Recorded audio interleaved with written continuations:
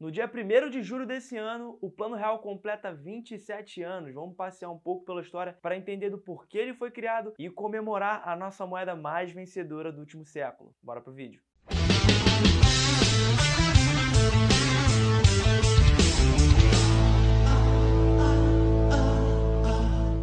O real foi criado em julho de 94 para tirar o Brasil de uma época que os brasileiros não querem voltar, apesar de muitos outros não terem vivido, como eu, a chamada hiperinflação. Mas antes de a gente entender todo esse panorama, eu queria pedir para você deixar o seu like aqui embaixo e se inscrever no canal e compartilhar esse vídeo, além de ativar as notificações. Montar o roteiro desse vídeo, editar, pesquisar, dar um trabalhão. E você deixando o seu like, se inscrevendo no canal, mostra para o YouTube que é um conteúdo interessante, maneiro, e o YouTube mostra esse vídeo para mais e mais pessoas, além de me incentivar a trazer conteúdos cada vez melhores. Então, muito obrigado, valeu! O Brasil já teve 9 padrões monetários oficiais. O réis, criado no período colonial e circulou até 1942. Depois veio o cruzeiro, de 1942 a 1967. Depois o cruzeiro novo, de 1967 até 1970.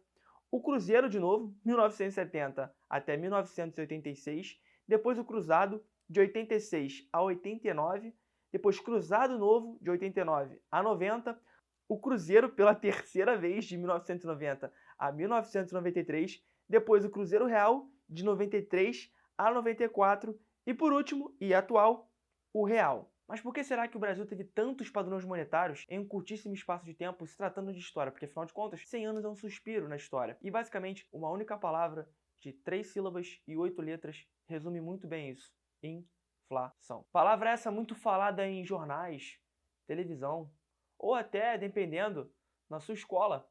E até na sua roda de amigos, mas muito pouco compreendida. E parafraseando Roberto Campos, a expansão monetária é o que gera a inflação ou o aumento de preços, e não o inverso. E o que seria a expansão monetária, ou o que causaria a expansão monetária em primeiro lugar? Seria o déficit fiscal, o desequilíbrio das contas públicas, ou seja, quando o Estado ele arrecada menos do que ele gasta, e isso gera um déficit. E quando você imprime dinheiro para pagar esse déficit, ou seja, quais são as obrigações que o governo em si tem? Seria pagar os seus funcionários, seria arcar com a máquina pública, ou seja, o salário dos deputados, os penduricários, ou as obras públicas, os auxílios e os programas sociais, e todo o funcionamento de obras, investimento em infraestrutura. Isso tudo são gastos que o governo tem que ter. E onde ele arrecada? Com impostos. E se ele está arrecadando menos do que ele gasta, por ingerência política, ele precisa tapar esse rombo de alguma forma. E aí que entra a expansão monetária, onde o governo, que detém o poder da moeda, ele imprime cada vez mais dinheiro para pagar essas obrigações. E aí que entra a inflação. E aí que entra o aumento de preços. Porque quando você imprime mais dinheiro do que realmente roda de riqueza na economia, você tem um descolamento entre a oferta e a demanda. Como assim? Vamos supor que o governo começou a imprimir muito dinheiro e deu na mão da população, seja ela por forma de salário, se o cara for funcionário público, ou programas sociais. O governo imprimiu mais dinheiro e deu na mão dessa população. Só que a oferta de produtos, de bens e serviços dentro de uma sociedade, ela não aumenta do dia para a noite. Isso é um processo de longo prazo que demanda investimento, demanda trabalho e projeto e planejamento. Então, essa oferta, ela tende a se estabilizar e a demanda por bens, serviços e produtos da população aumentou do dia para a noite, já que o governo injetou esse dinheiro na economia. E quando você tem uma demanda muito grande e uma oferta muito pequena, esse descasamento entre essas duas forças faz com que os preços aumentem proporcionalmente ou descontroladamente, que é chamada a hiperinflação. Mas claro, aqui dentro desse componente inflacionário, eu só estou entrando na questão da impressão de dinheiro, mas tem diversos fatores como taxa de câmbio, taxa de juros, balança comercial. O vídeo ficaria muito extenso. Se você quer entender um pouco melhor sobre um dos fatores, os fatores, principais fatores que fizeram com que o brasileiro perdesse todo o seu poder de compra ao longo do tempo, como eu vou te mostrar nesse vídeo, deixa aqui embaixo o hashtag eu quero, que eu vou trazer um vídeo mais aprofundado, com estudos mais técnicos e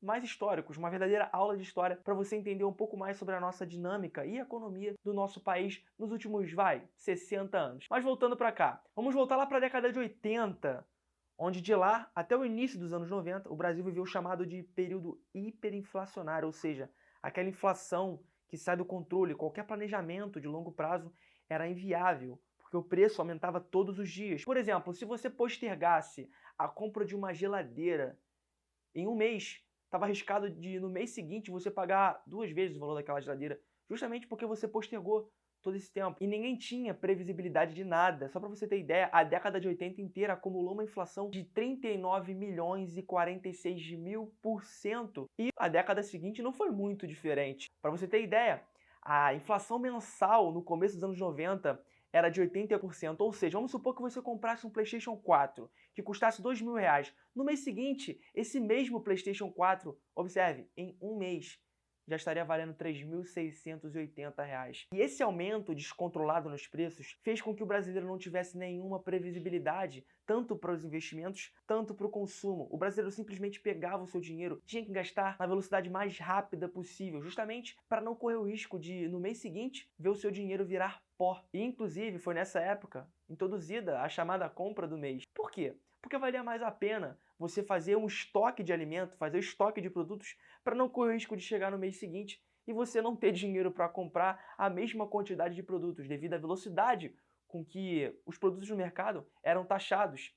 Pra você ter ideia, meus pais já contaram histórias para mim de você estar na fila do mercado, você já ter pego os produtos, já ter feito a conta de quanto daria toda a sua compra e chegar alguém, os chamados marcadores lá do mercado, e marcar os produtos na sua mão, para você ver o nível da inflação e da degradação do poder de compra daquela época. E de janeiro de 1980 a maio de 2021, a inflação acumulada inteira desse período foi de, se segura na cadeira, de 75 trilhões 339 bilhões 117 milhões 650.819%. E para se ter uma comparação com o dólar, por exemplo, onde nos últimos 221 anos a moeda norte-americana teve uma inflação de 2.019%. Ou seja, nos últimos 40 anos a moeda brasileira conseguiu se desvalorizar 37,3 bilhões de vezes a mais do que a moeda norte-americana nos últimos 221 anos. E no meio desse monte de número bizonho, no dia 1º de julho de 1994, o ministro da Fazenda, Fernando Henrique Cardoso, e a sua equipe econômica, no então mandato de Itamar Franco, põem em vigência o Plano Real. Esses números bizarros e a hiperinflação foi, de fato, controlada.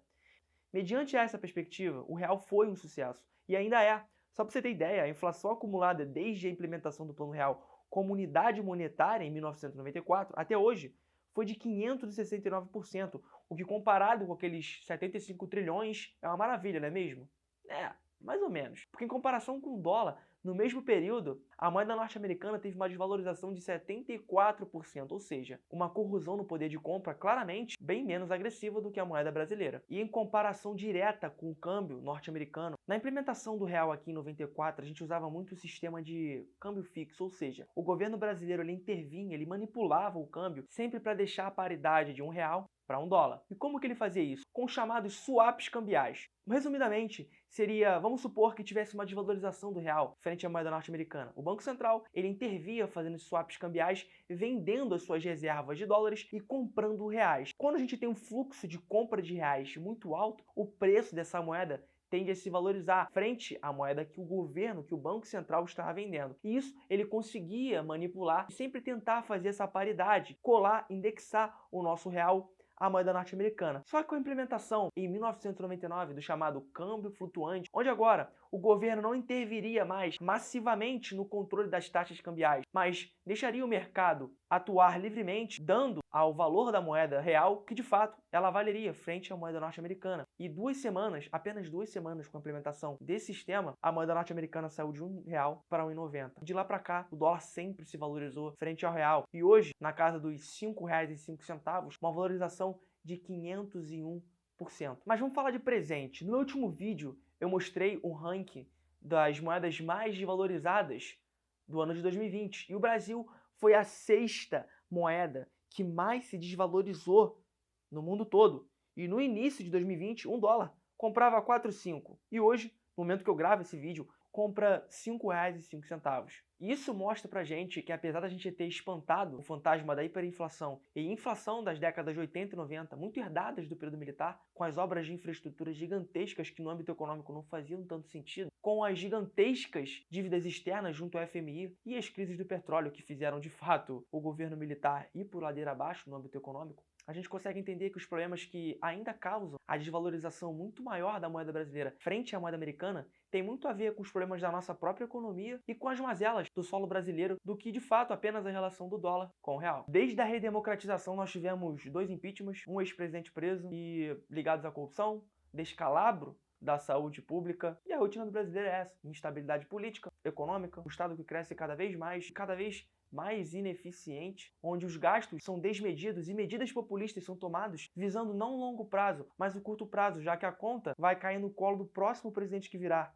e não no meu, onde a cada 4 anos o rumo do Brasil é mudado e parece que a cada ciclo presidencial nosso país volta para o zero novamente. E todos esses motivadores fazem com que o brasileiro cada vez mais busque proteção no dólar frente à iminente desvalorização do real. E justamente por esse movimento já força uma pressão compradora e altista em relação à moeda brasileira, que sempre se desvalorizou frente ao dólar. O plano real em relação aos seus antecessores é um sucesso, isso é um fato. E mesmo só tendo 27 anos, já é a segunda moeda mais longeva que tivemos por aqui e considerado por muitos o fenômeno monetário mais vitorioso que o nosso país já presenciou. Porém, precisamos ter atenção ao déficit público e aos gastos do governo, justamente para que o real não sofra dos mesmos males que os seus antecessores e acabe virando apenas um artefato de museu. Parabéns e vida longa ao Plano Real, que possamos ver um futuro muito mais próspero e vitorioso para a nossa moeda.